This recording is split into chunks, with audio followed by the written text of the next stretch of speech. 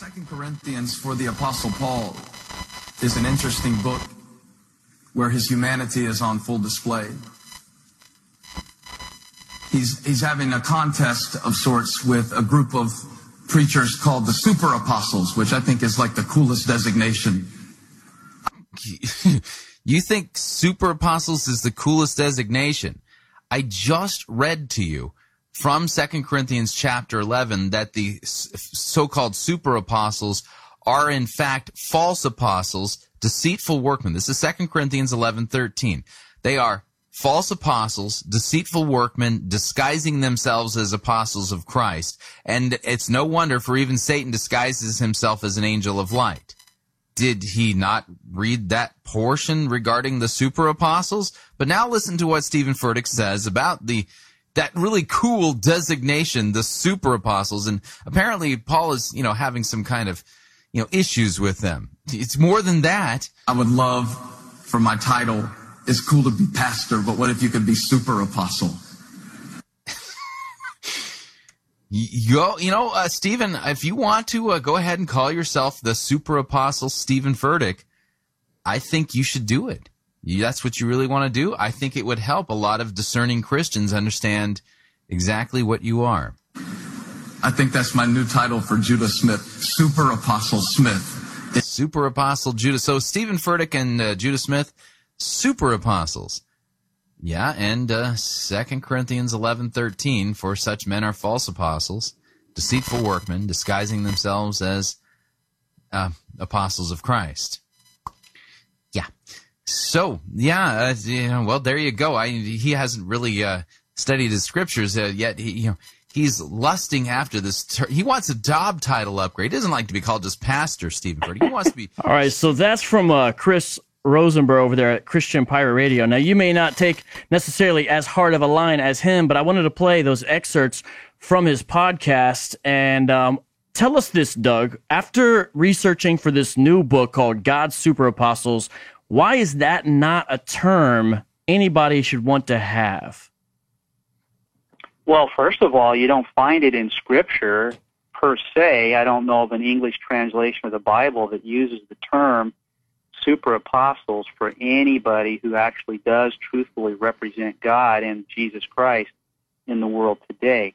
So that's one. I like the point that was made, though, about how people lust for titles and a job upgrade, because there does seem to be a resurgence of interest in acquiring greater authority and greater power over the lives of other people. And what better way to do that than to pass yourself off not only as an apostle, but as a super apostle. So you've written two books on this with your co-author, Holly Pivec.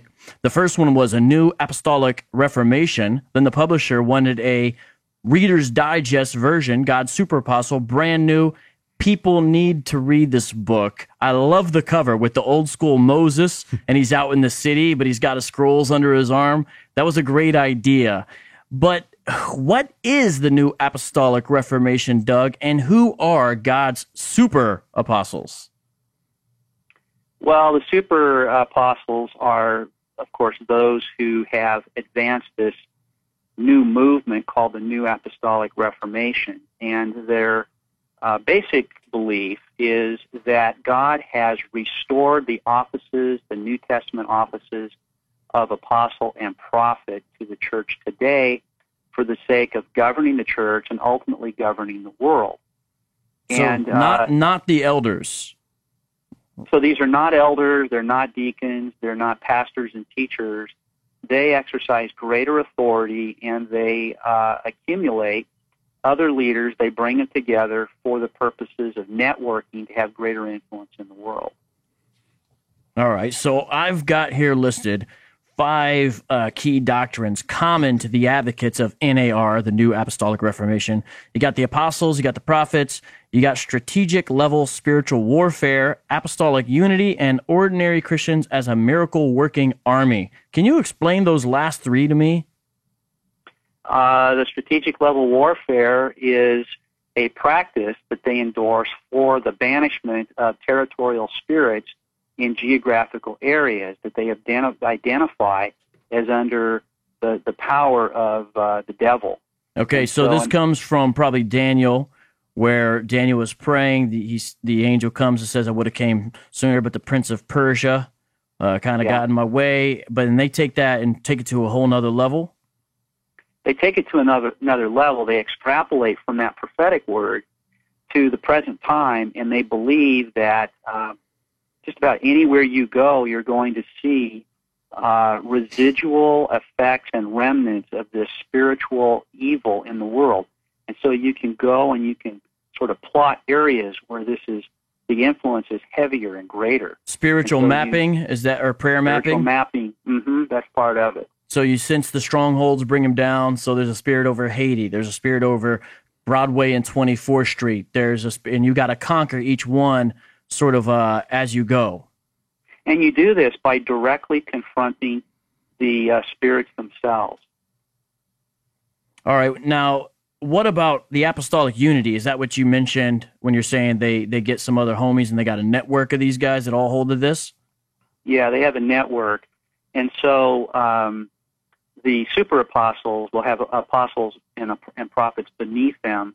And then ultimately, pastors of local churches, leaders of parachurch organizations, other Christian leaders will come under their authority and be the instruments by which the authority of an apostle and the guidance of the church through an apostle will get down to the sort of the grassroots, rank and file people in the church. Do they have jerseys or uniforms or like superhero outfits, any of them? I just wonder, because that would kind of be a little cooler. It would help if they did, then we could pick them out a little bit more easily. Well, and I hope, this is from your book, so this is all right for me to do this, but on page 5 and 6, I mean, so this isn't abstract for people. I mean, what you're identifying is there's things that a lot of people are familiar with and know about. You're sort of putting a label to what they're doing. So let's call out some names, just like Shylin. That's exactly what I was thinking. That's our by the way, that's our featured song on this episode. Is that Shylin song, False Teachers. False Teachers. So go ahead, V, break them down. I'll do it.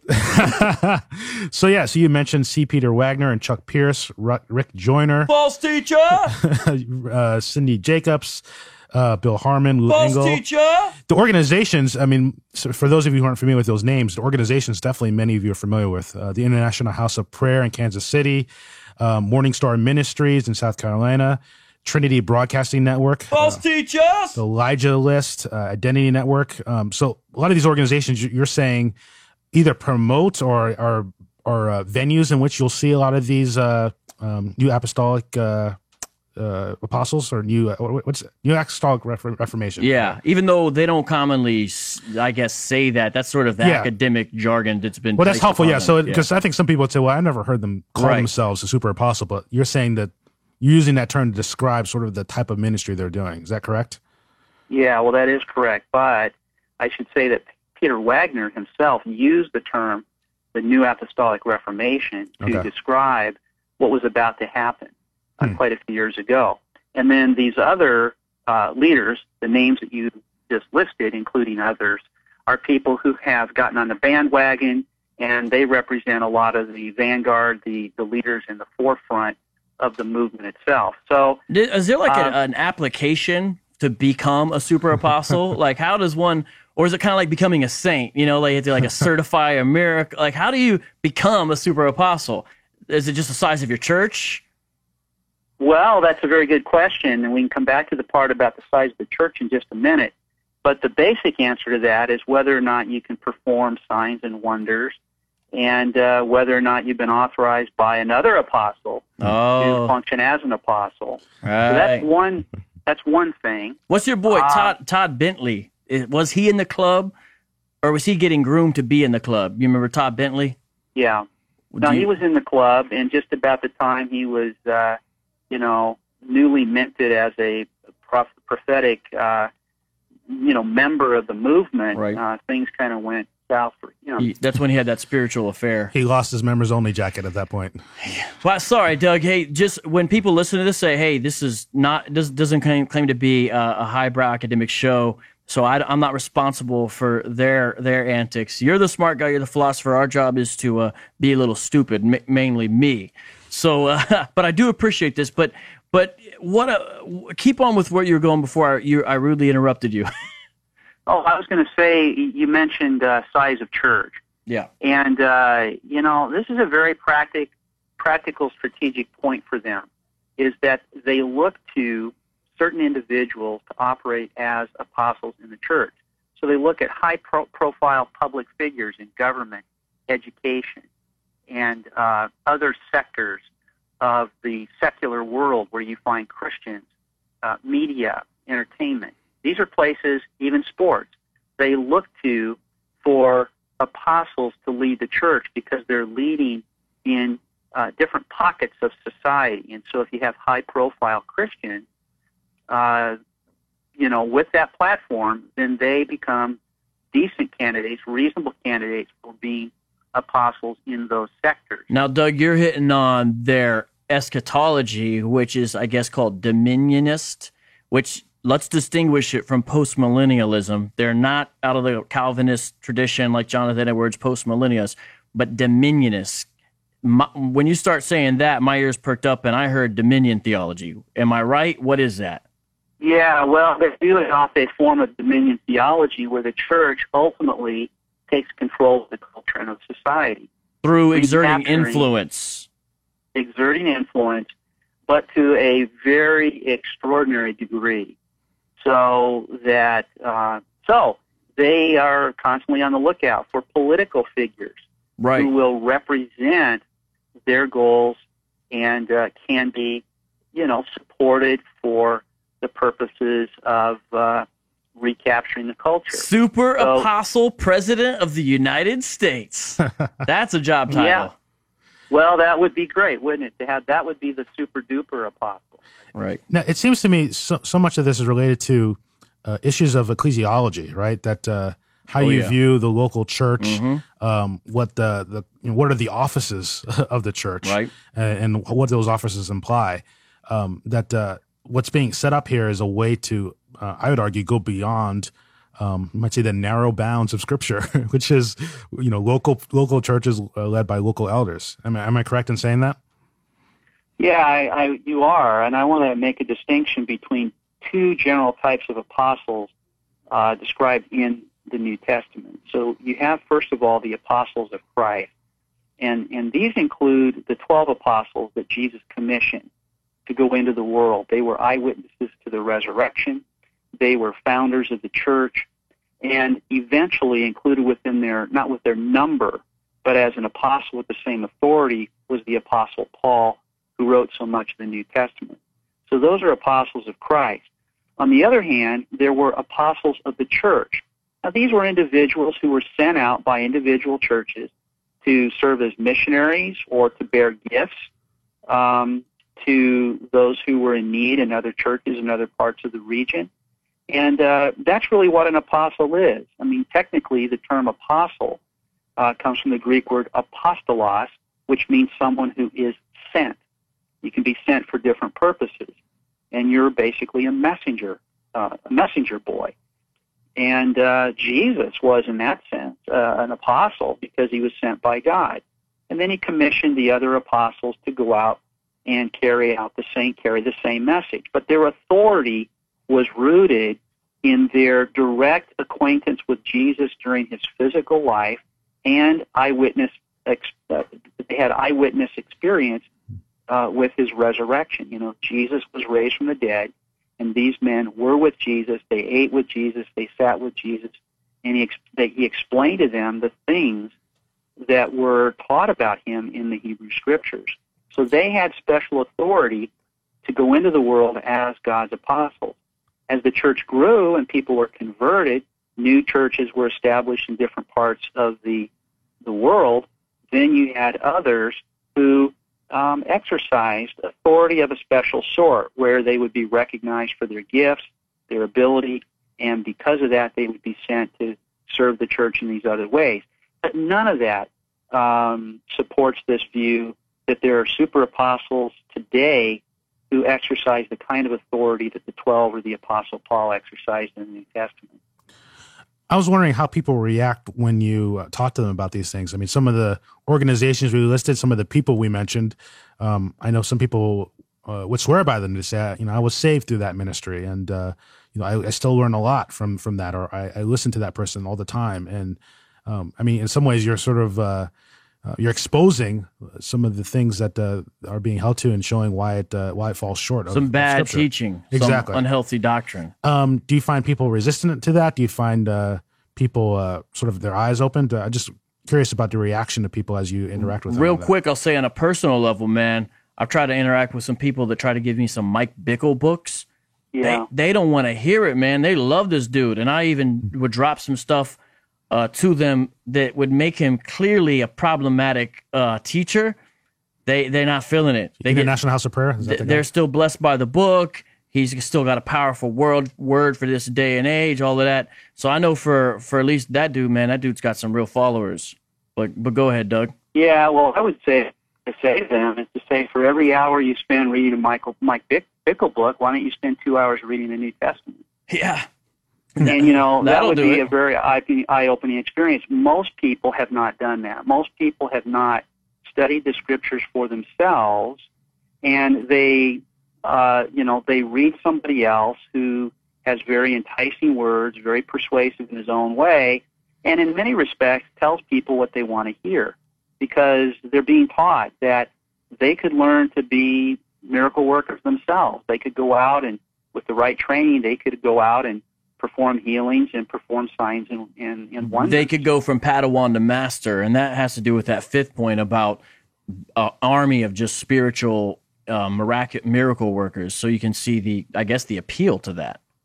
I think terrific appeal. Sure. Patricia King over here, I think she's an AZ. I think her homies be doing that. They go to morgues and try to raise dead bodies. They practice walking in water in the pool, and I think the idea is that they'll all pick this up through an increase in their faith. And I think they're kind of got a similar mindset. If you know who Patricia King was, I don't know if you came across her. Well, you see, what you're referring to are sensationalist activities. They could just be magic, for that matter. But what we need, what I would like to see, is people who have the real power to heal, to go down to the children's hospital and bring, and cure all these kids of cancer or whatever else that's, threatening their lives. They're terminal. Yeah, that's a lot better than if somebody comes over to my house and let me show you how I can walk across the surface of your pool. Yeah, just watch Chris Angel if you want that. But I mean, I know we're being, we're having fun. Bob's not here, but in all sincerity, Ramon and I are continuationists of a sort. We would sort of, I think, land in kind of the Wayne Grudem interpretation of what a New Testament prophet is, by and large. So we're not making fun of this, denying this. We're not anti-supernaturalist. We believe the miracles recorded in Scripture are real and happened. We believe God heals. That's part of the tragedy of this focus on the sensational and getting away from the saving gospel of Jesus, and tricks and charades and games and charlatans. That's the danger of it, especially globally. I mean, we haven't said much about that. We don't have much time. But, Doug, what about worldwide? Well, there are probably about 3 million people in the United States who are involved in a very direct way, have very direct connections with the New Apostolic Reformation. And then it explodes worldwide in the global South, South America, Africa, Eastern Asia. This movement is it's in the tens of millions of people, if not more. So, that's another topic in itself. And let me go back to this point about continuationism, because it doesn't figure prominently in the book, and there's a reason for that. Mm-hmm. We want people to understand what's going on with the movement, mm-hmm. and not be distracted by questions about whether the miraculous gifts are still operating today. We've been asked, why we don't talk about that in the book, and one reason is that we think that would be a distraction. Mm-hmm. Right. That, people need to know, be able to discern the true from the false, and this is regardless of what they believe about miraculous gifts today. And you did a good job on that, because George Wood, the president of the Assemblies of God, who they've officially come out against this nonsense, all this super apostle stuff, he gave a really good helpful review for the book on Amazon. I encourage people to read. So I'm just making the point there, AG's Pentecostal, you guys did a really good job on that. So props on that. Yeah, well, thank you. We're not Pentecostals ourselves, but it is true that we're in common cause with Pentecostals and trying to expose people that are in the forefront of this movement. Word.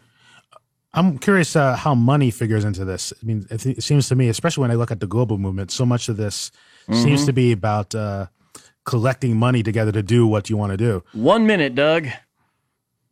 On money. Yeah.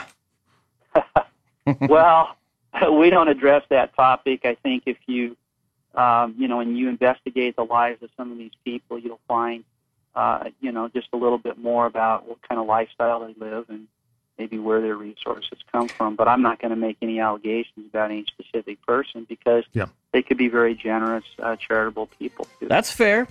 My favorite appendix in the book is C, where you guys have a list of 9 names they give. And let me try that. Doug, the reason you wrote this book is because you have a critical spirit coming out of your Greek mindset, maybe even a Jezebel spirit. I think you're kind of a legalist, an old wineskin, a Pharisee, a religious spirit. You got the spirit of Saul, and you're unanointed.